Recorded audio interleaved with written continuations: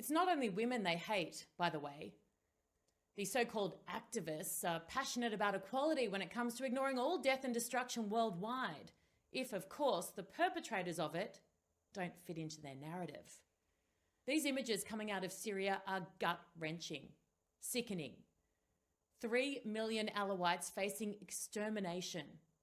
They are lynching them, torturing them, massacring them. I mean, you might just call it a genocide.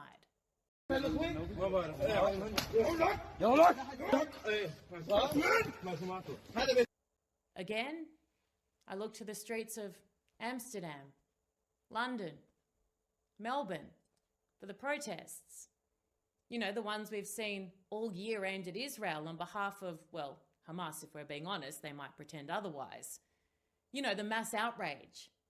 The human rights activists who are willing to do anything to bring attention to the atrocities being committed. There they are. They must be busy. Probably planning their next event aimed at attacking Israel. The country itself, the victim of a mass murder just over a year ago by those same terrorists whose flags they wave, that is trying to rescue its hostages and end the threat of endless massacres promised upon them by, you guessed it, Hamas. Makes perfect sense.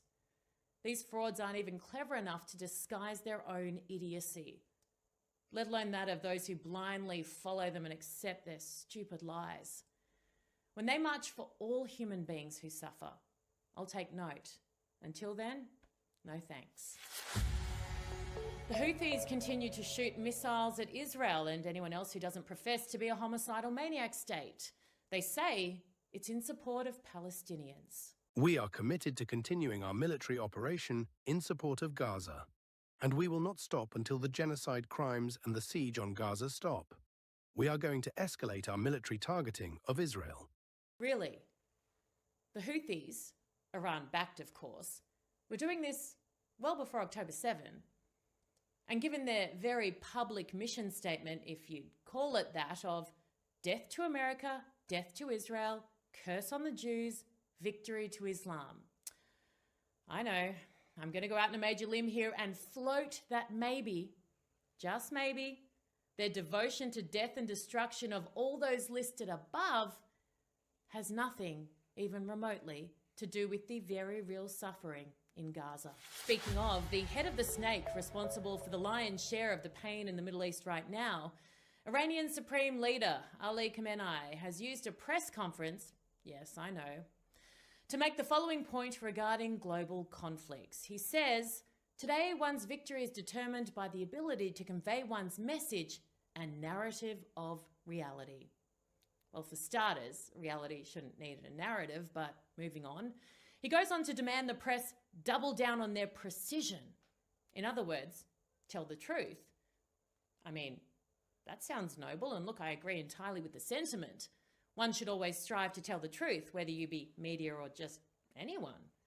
But it's a little hard taking such sage advice from a murderous dictator who said just last month that his regime has no terrorist proxies in the region. That American citizen Jamshad Sharmad was rightly executed for corruption on earth, and that the hundreds of missiles launched at Israel this year showcased the glory and determination of the regime on a global stage. Side note, 99% were intercepted by the Iron Dome. Not particularly impressive, one might think. So his penchant for telling the truth himself leaves a fair bit to be desired.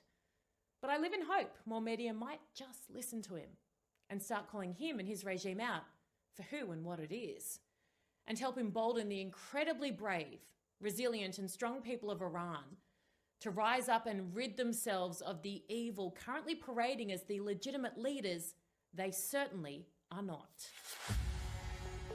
And finally, that age-old question. You know, the one that no one with half a brain would ever ask because it is so utterly ridiculous. But let me humour those half-wits who, well, to be honest, they don't even ask. They state with unwavering conviction on social media. Your dad was a war criminal. It's the same for you over and over because, well, he went to war. Yes, a fairly necessary part of being in the military and defending your nation. including, by the way, them and their kids, against terrorists like Al-Qaeda and ISIS, but never mind about that. Now, I'm only acknowledging this because I'll jump at any chance to talk about my dad. So thank you for giving me another excuse. I'll speak really simply and clearly because no doubt even then they will struggle to understand. My dad was a hero, not a war criminal. He was Chief of Operations for the coalition forces in Iraq for a year, an incredible role for an Australian officer. He wrote a book about it called Running the War in Iraq. He did a superb job of fighting pure evil, risking his life for the good of all those who don't believe in cutting off people's heads for fun. So I'd hope the vast majority of the world. He also protected millions of civilians who took part in Iraq's first democratic election in 3 decades, despite the threat from terrorists to kill anyone who dared cast a vote. He retired a Major General, was awarded many medals of honour, including the Distinguished Service Cross and the Legion of Merit by the US government. He then joined the Australian Parliament as a senator, still holds a record for most individual votes of any politician in our country's history ever. Really difficult, I'd suspect, for someone to do as a war criminal.